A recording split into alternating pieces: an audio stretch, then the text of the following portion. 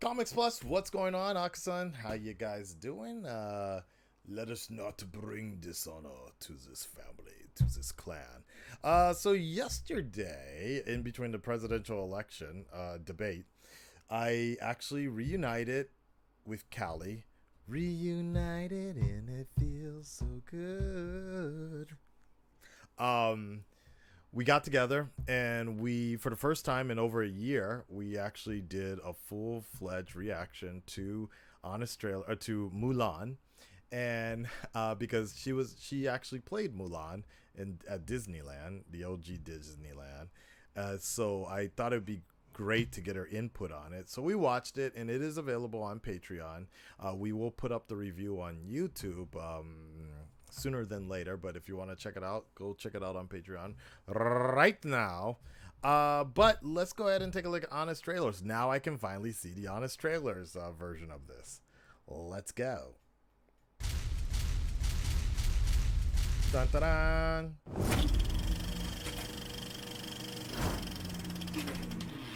Based on the Chinese legend that already inspired a beloved animated feature, comes Disney's all-new reimagining of premium VOD pricing strategies to service an evolving consumer dynamic. Stupid.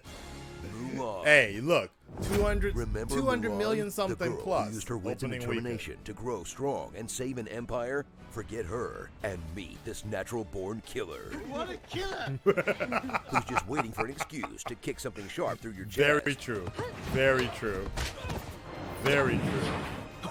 Oh, and while we're at it, you may as well forget all those songs you loved. And your first animated crush. And the funniest Disney sidekick since the Genie. Oh man, no Mushu? If any film needed some Eddie Murphy to lighten the mood, it's this one. It was pretty dark. Yeah. See? Prepare It was for an pretty absolute dark. feast for the senses, full of vibrant colors and sumptuous landscapes that will be totally wasted on your crappy TV as you soak in locations from the beautiful forests of If New you have a Zealand crappy TV, to some my of the shit- most my shit stunning look good. regions of China. This is Ignore that. beautiful. In this gorgeously rendered cinematic experience that continues the live-action Disney tradition of being a Cliff Notes version of a story you already know. Yep. Oh, so pretty. Oh, wake me up for the big fireworks finale. Yep. Oh, they cut that too? That's a shame. Yep. Follow They had Mulan as fireworks she goes finale. undercover in the world of men, You're a good man.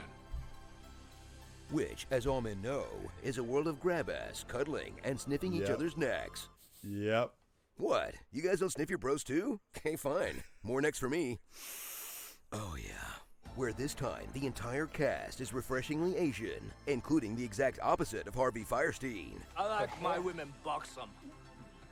As we watch Mulan struggle against the constraints of a sexist empire, Learn your place. until she lives her truth, rises like a phoenix, and fights to preserve the same empire that oppressed her, Consorting with That women shit. in any way. Yep. Penalty. Death. Death. then becomes an official tool of that oppression. Join our greatest decorated warriors and the Emperor's Guard. Hashtag girl boss. Prepare for 2 hours of people talking about their chi. The chi pervades the universe and all living things. The chi is powerful. She was like an Must airbender. have chi. Chi, chi, chi, Chi. chi. It's over 9,000! While Mulan crosses swords with this Inigo Montoya wannabe. In honor of my father, Yes, it was. This Yep, man. is where you will die. And that was this Jet Li, awesome by the bird way. lady. Whose unique Who dies? perspective on the nexus of power and womanhood is way too nuanced to survive the movie. But Exactly. hey, this is a war film at its heart. People are gonna die, and most of them thanks to Mulan. That is true. Yo. She was savage, though. Enemy on the ridge!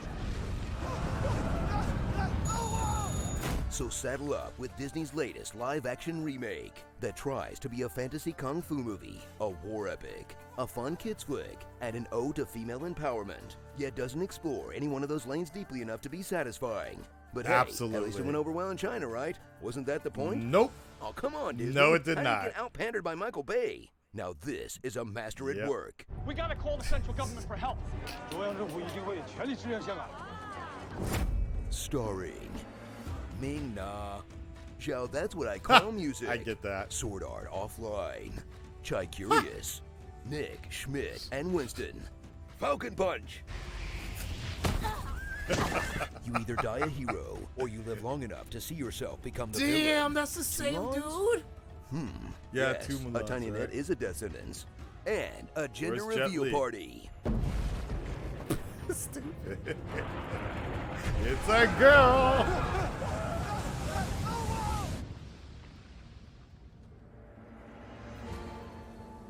The Emperor's new dude. Only one of the 4 riders in this was a man, and I'll bet it was his idea for Mulan to let her hair down before a fight. The buns are strategic, dude. Yep. Do you know your Mushu's from That your was Zazus? that was the Then you first should play thing our Callie Disney was edition saying. of the Fandom Vibe. During the dope ass fight scene and everything, Callie was like, "So why is her hair down though? Like, if you about to get down to business in more ways than one, yeah, you tie that up. You're like, yeah, let's go." Oh man, oh my god.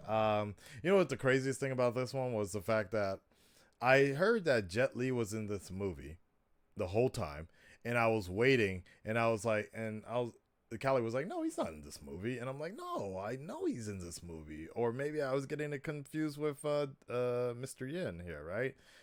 Ip Man, right? But no, I had to look it up after the movie. I had to look it up. He plays the Emperor.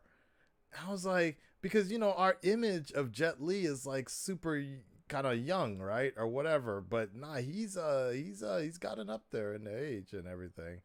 But I don't see him featured in here. But okay, never mind.